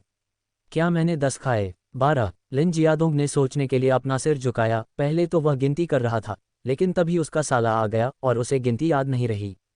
अरे कोई बात नहीं, मैंने 1 दर्जन या उससे अधिक फल खा लिए, जब तक कि मेरा पेट नहीं भर गया, उसने गर्व से अपने गले की ओर इशारा करते हुए कहा। ये सुनकर कि उसने सचमुच मांस के बन खाए थे और वह भी काफ़ी सारे, लिन जियाई की आवाज़ और भी तीखी हो गई। 12 मीट बन? क्या तुम्हें ज़मीर नहीं है? मम्मी पापा ने तो एक भी नहीं खाया और तुम सब खा गए। क्या तुमने उनके लिए भी कुछ ले जाने के बारे में नहीं सोचा? लिन जियादोंग ने तथ्यात्मक रूप से कहा। आपने मुझे दूसरी बहन से पका हुआ खाना लाने के लिए कहा था, आपने कभी मांस बंस लाने के बारे में कुछ नहीं कहा। इसके अलावा ये सब उसके बहनोई का सामान था। क्या होगा यदि ज़्यादा लेने से वह नाराज हो जाए? बड़ी बहन बहुत कम ही सामान घर ले जाती थी, कहती थी कि उसे अपने पति को नाराज करने का डर है। वह न सिर्फ अपने घर से सामान ले जाने से बचती थी, बल्कि अक्सर वहां से सामान अपने ससुराल ले जाती थी। अध्याय 170। मैं उसकी अपनी बहन हूँ। दूसरी बहन कभी भी घर से सामान ससुराल नहीं ले जाती थी। सच है, दूसरी बहन मेरा सबसे ज्यादा ख्याल रखती है। वो बचपन से ही मेरे साथ अच्छी रही है, जबकि तू तो बड़ी बहन है, बस मुझे तंग करना जानती है। खैर, अब तेरी शादी हो गई है तो बेहतर है कि तू घर पर ज्यादा न रहे। जब भी आती है मुझमें कमियां निकालती है। देख दूसरी बहन, वो तो कभी मुझसे ये वो करने को नहीं कहती। मेरी इतनी मेहनत के बाद भी तू संतुष्ट नहीं है। लिन जियाई की गुस्से भरी निगाहों के सामने लिन जियादोंग ने होंठ सिकोड़े और अपने कमरे में वापस चला गया। बेशक, अपना पका हुआ खाना छीने जाने से बचने के लिए उसने खाने का थैला कसकर पकड़ रखा था और अपने कमरे में वापस चला गया। लिन जियाई सचमुच गुस्से से पागल होने वाली थी। उसके चेहरे पर आंसू बह रहे थे। माँ, आप उसे अनुशासित क्यों नहीं करती? सुनो वो क्या कह रहा है। मैं उसकी सगी बहन हूँ, फिर भी वो उस बेचारी लड़की का पक्ष ले रहा है। अपनी आवाज़ नीचे रखो। मदर लिन ने जल्दी से बात की, उसे सावधानी के साथ याद दिलाया। लिन जियादोंग के कमरे की ओर संदिग्ध नज़र से देखा, फिर उसे घूरा। तुम क्या बकवास कर रही हो? तुम और तुम्हारी दूसरी बहन दोनों उसकी सगी बहनें हैं। लिन जियाई को यकीन नहीं हो रहा था कि अब उसकी माँ भी उसके साथ नहीं है। ऐसा पहले कभी नहीं हुआ था। वह इतनी सदमे में थी और दुखी थी कि उसे इसकी परवाह नहीं थी। उसकी आंखें लाल और सूजी हुई थीं। उसने कुछ कहने के लिए अपना मुंह खोला, लेकिन फिर से बंद कर लिया, एक शब्द भी बोलने में असमर्थ। माँ लिन के दिल में दर्द था, लेकिन कुछ बातें अभी भी कहने की ज़रूरत थी। जियादों की सिर्फ तुम दोनों बहनें हो, तुम दोनों को समय आने पर उसकी मदद करनी चाहिए। उसने जो कहा वो गलत नहीं है। तुम एक शादीशुदा बेटी हो, तुम्हें अपने मायके से ससुराल सामान नहीं ले जाना चाहिए। क्या ये तुम्हारी कोहनी बाहर की ओर मुड़ना नहीं है? जब मैंने तुम्हारे लिए इतनी अच्छी शादी की संभावना देखी थी तो तुमने मना कर दिया था, ये कहते हुए कि ली गुआंगयुआन कुछ बड़ा करेगा। लेकिन अब क्या? तुम्हारी जिंदगी कैसी है? मुझे लगता है कि यह तुम्हारी दूसरी बहन जितनी भी अच्छी नहीं है। विधवापन में रहना कैसा होता है? क्या वह रोज़ अच्छा नहीं खाती? तुम्हें मांस का एक निवाला खाने के लिए भी अपने माता पिता के घर आना पड़ता है। क्या यही वह अच्छी जिंदगी है जिसकी तुम बात कर रही थी? मुझे समझ नहीं आ रहा कि ली गुआंगयुआन में कितनी महान क्षमताएं हैं। लिन जियाई को लगा जैसे उसे चोट लगी हो, उसकी आंखें क्रूर और लाल हो गईं और उसने कहा, ली गुआंगयुआन वाकई काबिल है। किन्यान कितना भी अच्छा क्यों ना हो, वो एक निर्दयी इंसान है, सिर्फ निर्दयी ही नहीं बल्कि एक पाखंडी भी जो आपकी पीठ पीछे अलग है। माँ, आप बस इंतजार कीजिए और देखिए, कुछ ही समय में ली गुआंगयुआन निश्चित रूप से किन परिवार से आगे निकल जाएगा। और किन यांग, वो तो सालों से बाहर रह रहा है, कौन जाने वहाँ कोई मिल गया हो। उसकी और लिन चुक्सिया की इतनी अच्छी बनती है, आप उसे गर्भवती क्यों नहीं देखते? वो तो बस उसके नाजायज़ बच्चे को पालने का इंतजार कर रही है। उसने यह बात जोर से तो नहीं कही, लेकिन वह इंतजार करती रही, अपनी माँ के लिए उत्सुक थी कि वह देखे कि किन यांग किस तरह का निर्दयी प्राणी है और वह लिन चुक्सिया के साथ कैसा व्यवहार करता है। लिन चुक्सिया के अच्छे दिन खत्म होते देखने के लिए वह अपनी माँ का इंतजार कर रही है। उसने कभी सोचा भी नहीं था कि उस बेचारी लड़की को अच्छा करते देख उसकी माँ भी इतनी स्वार्थी हो जाएगी। लिन जियाई ने अपने आंसू पोंछे, मानो खुद को हिम्मत दे रही हो। माँ, बस आप इंतजार कीजिए, मैं लिन चुक्सिया से बेहतर जिंदगी जीऊंगी।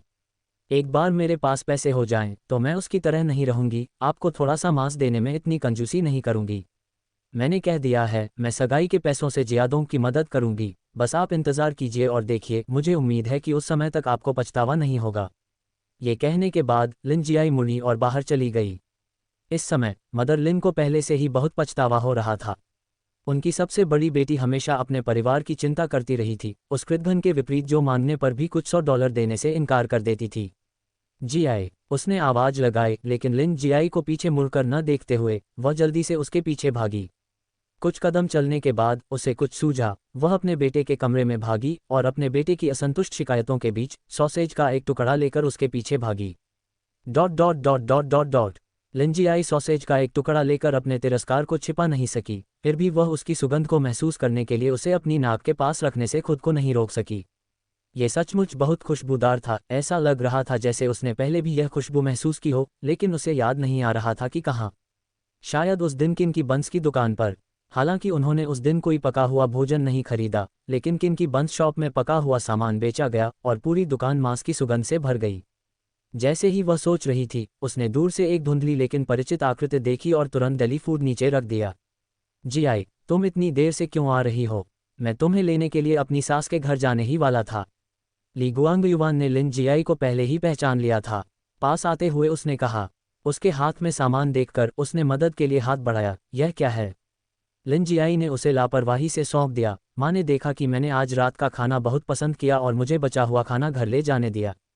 उसने फिर से उसकी ओर देखा, उसकी आवाज़ में गर्व था। अगर मेरी माँ न होती जो मुझ पर बहुत प्यार करती है, जब भी मैं आती हूँ तो हमेशा मेरे लिए पसंदीदा व्यंजन बनाती है, क्योंकि वह जानती है कि मैं गर्भवती हूँ और यह मेरे लिए कठिन है।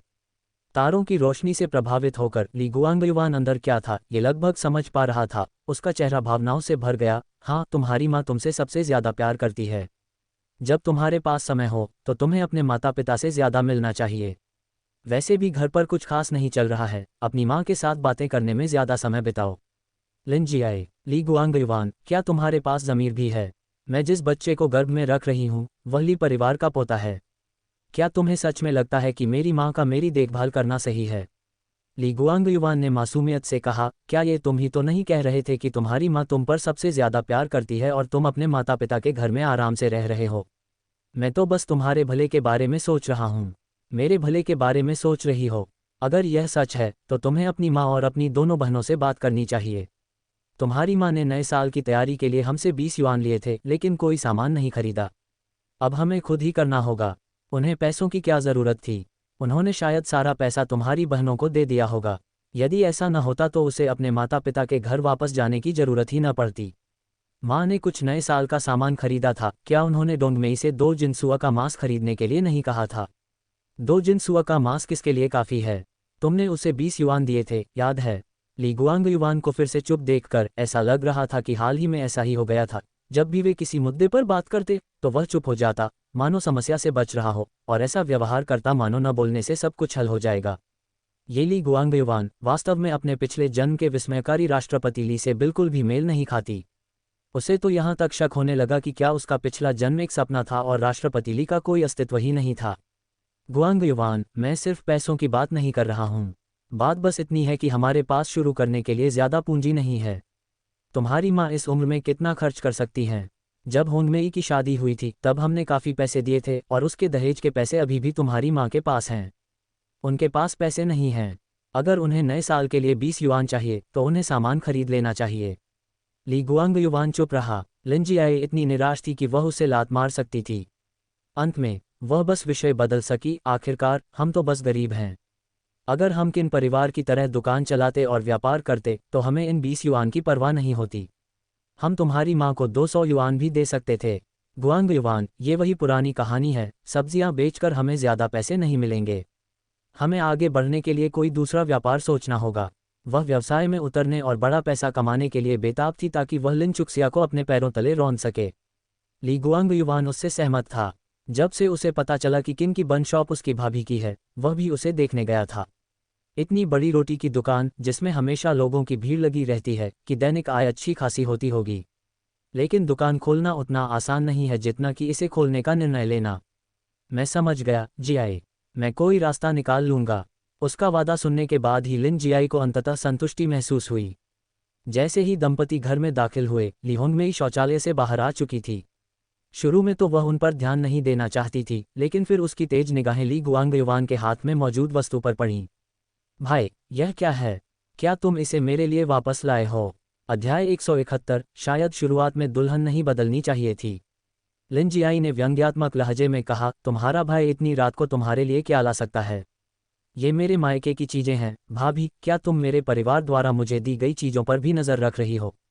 ली होंगमेई ने भी अंदर क्या था ये देखा और उसे एहसास हुआ कि उसका भाई वास्तव में देर रात पका हुआ खाना खरीदने नहीं जाएगा। ली होंगमेई की प्रतिक्रिया देखकर लिन जियाई ने अंततः राहत की सांस ली। दिन के समय उसकी यह नंद हमेशा व्यंग्य और उपहास से भरी रहती थी, क्योंकि वह एक विवाहित पोती थी जो अपने मायके लौटी थी और उन्होंने उसके स्वागत के लिए अच्छे से खाना भी तैयार नहीं किया था। नए साल के दौरान उसके भाई और भाभी ने भी त्योहार का सामान तैयार नहीं किया, जिससे पूरे परिवार को कठिनाई का सामना करना पड़ा। बेशक वह जानती थी कि उसकी नंद का उसके मायके आने का क्या मतलब था, वह तो बस उनका फ़ायदा उठाना चाहती थी। वह नहीं चाहती थी कि उसकी भाभी को कोई लाभ हो या अंतिम निर्णय उसकी ही हो, इसलिए उसने किन की पकाई हुई खाद्य सामग्री की दुकान पर जाने का विचार किया।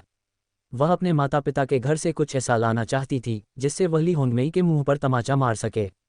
ऐसा इसलिए नहीं था कि उसके भाई और भाभी ने उन्हें गरीबी में जीवन जीने पर मजबूर किया था, बल्कि इसलिए कि ली परिवार स्वाभाविक रूप से गरीब था। यदि वह लिन जियाई न होती तो भगवान ही जानता है कि वे अभी भी किस तरह का जीवन जी रहे होते। लेकिन किसने सोचा होगा कि लिन जियादोंग इतना बेकार है जो एक बार वहां गया और केवल इतनी कम राशि वापस लाया, और यहां तक कि लिन चुक्सिया द्वारा खरीद लिया गया। हालांकि ये छोटी सी रकम उसकी भाभी को परेशान करने के लिए पर्याप्त थी। लेकिन तभी ली होंगमेई एक पल के लिए रुकी और बोली, कुछ चीज़ें लाने में क्या खास बात है? अगर तुम काबिल हो तो खुद एक बन की दुकान खोल लो। अगर तुमने शादी की अदला बदली न की होती तो शायद ये ली की बन की दुकान होती। अब तुम यहाँ इतने गर्व से क्यों बैठी हो? हालांकि ली होंगमेई को ठीक से पता नहीं था कि मूलतः क्या हुआ था, फिर भी वह भड़कने से नहीं रुकी। निश्चित रूप से लिन जियाई को गहरा सदमा लगा और वह तेजी से चिल्लाई, ली गुआंगयुआन, क्या तुम उसे नियंत्रित नहीं करोगे?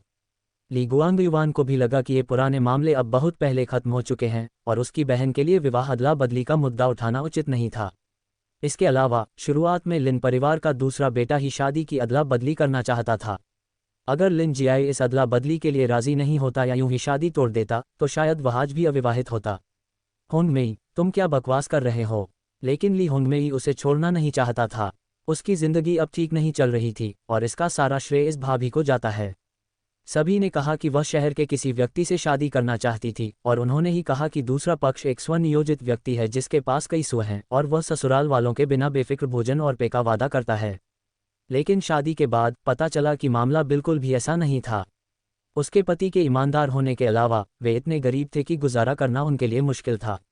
सुअ पालन से प्राप्त धन कभी उनके हाथ में नहीं आया तथा भूमि पर खेती से होने वाली आय भी उनके प्रयास के लिए बहुत कम थी। उसकी वर्तमान स्थिति पूरी तरह से लिन जियाई के कारण है, वह उसे आसानी से कैसे जाने दे सकती थी? क्या मैं बकवास कर रहा हूँ? भाई, जरा सोचो, द किंग माउंटेन गांव हमारे गांव के ठीक बगल में है। लिन परिवार अपने सबसे बड़े बच्चे को पसंद करता है या दूसरे बच्चे को? जरा पूछ लो। कहते हैं लिन चुक्सिया के न्यांग से शादी करना चाहती थी, इसीलिए उन्होंने अदला बदली की। मुझे लगता है कि ऐसा इसलिए हुआ क्योंकि किन का परिवार उसे नीची नज़र से देखता था। जब लिन चुक्सिया स्कूल में थी तो शिक्षक उसकी बहुत तारीफ करते थे। अगर उसने तुमसे शादी कर ली होती तो शायद अब तक हम सब अच्छे से रह रहे होते। लेकिन शादी न हो पाने के डर से उसने लिन चू को छोड़कर किसी ऐसे व्यक्ति से शादी कर ली जिसे दूसरे नहीं चाहते थे। चुप रहो। हालांकि ली गुआंगयुआन आमतौर पर अच्छे स्वभाव वाले और मिलनसार थे, लेकिन इस बार उन्होंने अपना आपा खो दिया। लिन जियाई का चेहरा और भी अधिक पीला पड़ गया। ली गुआंगयुआन, अगर तुमने आज मुझे कोई स्पष्टीकरण नहीं दिया तो ये खत्म नहीं होगा।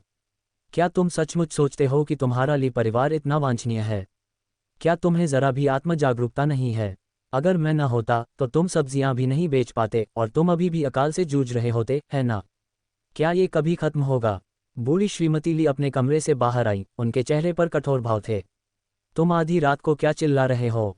क्या ये शर्मनाक नहीं है? सब लोग अपने कमरों में वापस चले जाओ। उसने लिन जियाई को गहरी नज़र से देखा, उसकी आवाज़ उदासीन थी। अपनी भाभी को उन शब्दों के लिए दोष मत दो, खुद को दोषी ठहराओ कि तुम सक्षम नहीं हो। तुम सगी बहनें हो, हर कोई पहले से ही जानता है कि तुम्हारी बहन कैसी है। अगर तुम नहीं चाहती कि तुम्हारे बारे में गपशप हो तो अपना जीवन ठीक से जियो। जब तुम उनसे बेहतर करने लगोगी तो स्वाभाविक रूप से कोई भी तुम्हारी आलोचना नहीं करेगा। हमारा ली परिवार भले ही गरीब हो, लेकिन गुआंगयुआन जीना जानता है। वह अपनी बहन से प्यार करता है और उसकी रक्षा करता है, उन लोगों से अलग जो काले दिल और सड़े हुए हैं, जो अपनी साली की शादी दूर कहीं कर देते हैं। इससे तुम्हारा क्या भला होगा? उसके भाई और साली होने के नाते तुम्हारे लिए बेहतर होगा कि तुम अच्छी तरह से रहो और अपनी सास का साथ दो। ऐसी दुर्भावनापूर्ण मानसिकता के साथ इसमें कोई आश्चर्य की बात नहीं कि किन परिवार तुम्हें नहीं चाहता था। लिंजियाई इतनी गुस्से में थी कि उसके साथ छिद्रों से धुआं निकल रहा था। वह वापस बहस करना चाहती थी, लेकिन बूढ़ी श्रीमती ली ने पहले ही अपनी बेटी को कमरे में खींच लिया था। उसकी आंखें गुस्से से जल रही थीं। उसने ली गुआंगयुआन की ओर देखा। क्या आप भी ऐसा ही सोचते हैं? ली गुआंगयुआन ने उसकी बांह पकड़ ली। बाहर ठंड है, चलो कमरे में वापस चलते हैं। ली गुआंगयुआन, मैं अभी आपके बेटे को गर्भ में रख रही हूँ और आप उन्हें मुझे इस तरह से परेशान करने दे रहे हैं। क्या आप एक आदमी भी हैं? मैंने आपको शुरुआत में ही अदला बदली की व्यवस्था के बारे में स्पष्ट कर दिया था। लिन चुक्सिया किस तरह की इंसान है, वह आपको इतना सम्मान भी नहीं देती। आपने देखा है कि किन यांग कैसी हैं। आप किसी भी मामले में किन यांग से कैसे तुलना कर सकते हैं? उसने अपने दिल की घबराहट को छुपाने के लिए द्वेषपूर्ण ढंग से चोट पहुंचाने वाले शब्द कहे। एक पल के लिए लिन जियाई को लगभग विश्वास हो गया कि ली गुआंगयुआन की पिछली जिंदगी की सभी उपलब्धियां लिन चुक्सिया की वजह से ही आई थीं। लेकिन यह विचार शीघ्र ही खारिज कर दिया गया। लिन चुक्सिया और वह साथ साथ पले बड़े थे। लिन चुक्सिया उसकी बातों को चुनौती देने की हिम्मत नहीं जुटा पाती थी। पढ़ाई में अच्छी भी होती तो क्या फ़ायदा? वह अपनी मां को लिन चुक्सिया की मिडिल स्कूल की फीस न भरने देने के बहाने ढूंढती थी। जो व्यक्ति हमेशा घर के काम करता रहता है वह क्या हासिल कर सकता है? लिन चुक्सिया, वह उसे बहुत अच्छी तरह से जानती थी। ली गुआंगयुआन ने पूरी प्रक्रिया के दौरान एक शब्द भी कहे बिना उसे कमरे की ओर खींच लिया, लेकिन लिन जियाई को घुटन महसूस हुई। तुम्हें सच में अपनी माँ और बहन की बातों पर यकीन नहीं है ना? उन्होंने जानबूझकर ऐसा किया है। ली होंगमेई की जिंदगी ठीक नहीं चल रही है क्योंकि वो नाकाबिल है। जानबूझकर हमारे बीच झगड़ा बढ़ा रही है, इससे उसे क्या फ़ायदा? तुम सच में उन्हें हमारे बीच नहीं आने दोगी, है ना? अंत में ली गुआंगयुआन बोला, नहीं जियाई, हमने सचमुच माँ परिवार को गलत समझा था। होंगमेई जो भी कहे उसे दिल पर मत लेना। मेरी माँ बस अपनी बेटी के बारे में चिंतित है। कमरे के तेल के दीपक की मंद रोशनी में ली गुआंगयुआन ने लिन जियाई का चेहरा स्पष्ट रूप से देखा, लेकिन किसी कारण से वह चेहरा किसी अन्य चेहरे से ढका हुआ था। उसने अपनी नज़रें फेर लीं। मैं उनसे बात करने जाऊंगा। वह लिन जियाई के जवाब का इंतजार किए बिना कमरे से बाहर चला गया। फिर भी वहां से जाने के बाद वह वहां नहीं गया जहां उसकी माँ और बहन थीं, बल्कि रात के आकाश की ओर देखता रहा। उसका मन उथल पुथल था। उन्होंने कभी इसका उल्लेख नहीं किया, लेकिन इन दिनों लिन जियाई द्वारा व्यवसाय की तलाश में वह 2 बार काउंटी में गए और हर बार जब वह किन की बन शॉप से गुजरते थे तो वह कुछ देर के लिए रुकने से खुद को रोक नहीं पाते थे। उन्होंने गुप्त रूप से पूछताछ भी की थी। किन की बन शॉप के बारे में कहा गया था कि वह किन परिवार की है, लेकिन वास्तव में इसे चलाने वाले व्यक्ति का उपनाम लिन था। ली गुआंगयुआन ने अपनी कमर से एक छोटी थैली निकाली, सिगरेट का कागज और तंबाकू निकाला और एक सिगरेट बनाई। वह जानता था कि वह गरीब है, उसमें किन परिवार की योग्यताएं नहीं हैं। जितना अधिक वह इसके बारे में सोचता उतना ही अधिक वह समझ नहीं पाता था कि उसकी पत्नी ने किन परिवार को छोड़कर उससे विवाह करने का निर्णय क्यों लिया। प्रारंभ में उनका मानना था कि ऐसा इसलिए था क्योंकि उसकी छोटी चाची एक व्यवस्थित अदला बदली के तहत किन परिवार में विवाह करना चाहती थी। अब ये देखते हुए कि यू परिवार अपनी बेटियों के साथ कैसा व्यवहार करता था और बहनें किस तरह एक दूसरे के साथ रहती थीं, ये स्पष्ट था कि उसकी पत्नी वास्तव में पसंदीदा थी। वह समझ नहीं पा रहा था कि उसकी पत्नी उससे शादी करने पर क्यों अड़ी हुई थी। हो सकता है कि वह उसे सचमुच पसंद करती हो, लेकिन उसने ये भी सोचा कि यदि उसने छोटी चाची से शादी कर ली होती तो क्या परिणाम कुछ और होता। ली गुआंगयुआन के कमरे से बाहर जाने के बाद लिन जियाई खिड़की की चौखट पर टिक गई और शीशे से बाहर देखने लगी। उसने ली गुआंगयुआन को अपनी माँ के कमरे में जाते नहीं देखा, बल्कि आंगन में मंद मंद होती रोशनी की एक झिलमिलाहट देखी। उसकी उंगलियां अनायास ही मुट्ठी में बंध गईं। अध्याय 172 वसंत उत्सव का उत्सव। उद्धरण चिन्ह उद्धरण चिन्ह उद्धरण चिन्ह। 29वें दिन बंस को भाप में पकाएं, 30वें दिन पूरी रात पकाएं, पहले और दूसरे दिन सड़कों पर घूमें। बन शॉप छुट्टियों के कारण बंद है और लिन चुक्सिया वसंत महोत्सव को ठीक से मनाने के लिए किन परिवार में वापस आ गई है। इस साल किन यांग जल्दी लौट आए और किन परिवार के पास एक नया व्यवसाय था। हालांकि यह व्यवसाय लिन चुक्सिया का था। इस अवधि में किन हान और झांग गुइलान ने बन शॉप में अधिक पैसा कमाया, जितना उन्होंने पूरे साल सब्जियां बेचकर कमाया था। ये कहा जा सकता है कि यह पुनर्मिलन का वर्ष है और फसल का वर्ष भी है। घर पर नए साल के सामान का उल्लेख करने की कोई आवश्यकता नहीं है, उन्हें पहले से ही और प्रचुर मात्रा में तैयार किया गया था। यद्यपि वे बन शॉप में प्रतिदिन मांस खाते थे, लेकिन नए साल के जश्न के लिए, विशेष रूप से उत्तरी वसंत महोत्सव के दौरान, आपको पूरी तरह से स्टॉक करना होगा ताकि आपको ऐसा महसूस हो कि यह वास्तव में नया साल है। एक पूरा सुअर का पैर, सुअर की पसलियों का आधा रैक, और जिस गांव में भेड़ों का वध किया जाता है वहां श्री किन ने आधी भेड़ भी खरीद ली। श्रीमती किन ने पहले ही आंगन में बड़े टैंक में पानी भर दिया था, जिससे वह जम गया, जिससे एक प्राकृतिक बड़ा फ्रीजर बन गया। अंदर रखी चीजें खराब नहीं होंगी और चूहे भी उन्हें नहीं कुतरेंगे। स्थानीय रीति रिवाज के अनुसार 30 तारीख को वे सुबह सूखे चावल खाते हैं। उस समय चावल पकाने वाले उपकरण नहीं थे, वे चावल को आंशिक रूप से एक बड़े लोहे के बर्तन में पकाते थे और फिर चावल को चावल के पानी से बाहर निकालते थे और भाप जारी रखने के लिए इसे स्टीमर में रख देते थे, जिसे स्कूप ड्राई राइस कहा जाता था। शानहे प्रांत के ग्रामीण क्षेत्रों में चावल की खेती बहुत कम होती है तथा चावल अपेक्षाकृत अधिक महंगा है तथा इसे खरीदना कठिन है। विशेषकर नियोजित अर्थव्यवस्था के युग के दौरान वे ग्रामीण इलाकों में चावल नहीं खरीद सकते थे क्योंकि वहां कोई कोटा नहीं था।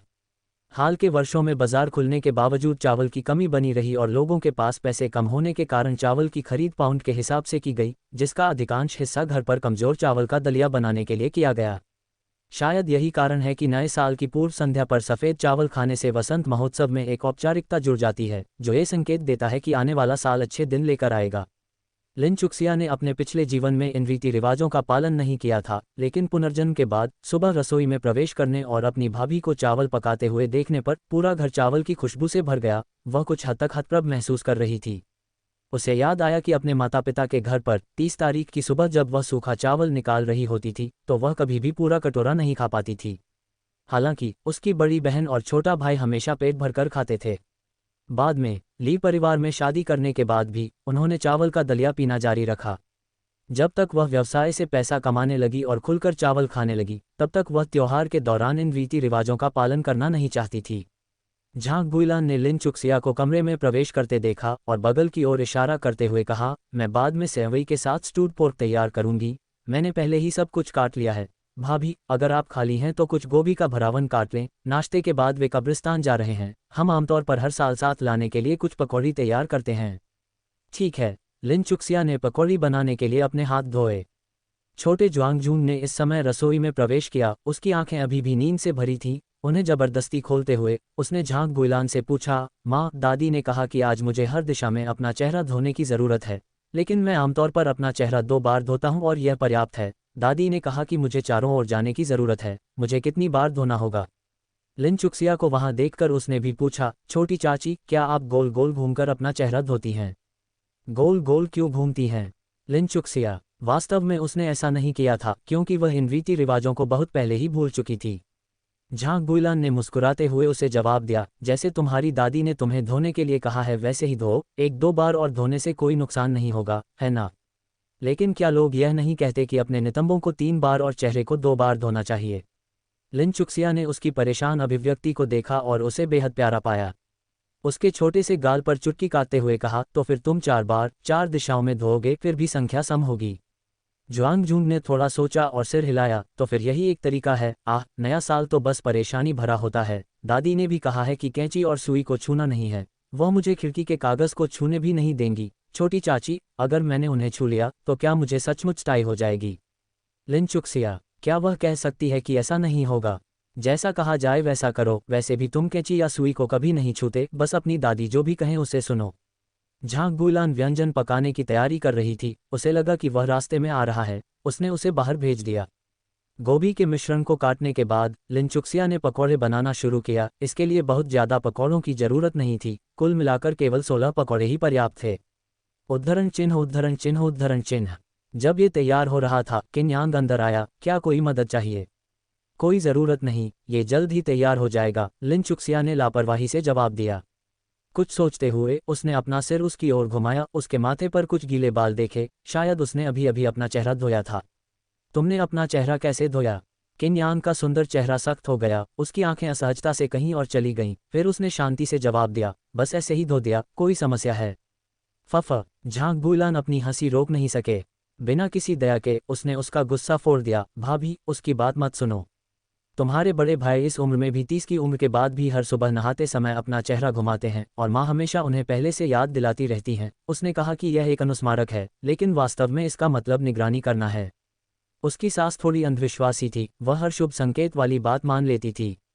लिनचुक्सिया भी हंसे, उन्हें लगा कि यह बिल्कुल उचित है, इस तरह से नए साल का जश्न मनाना मज़ेदार था।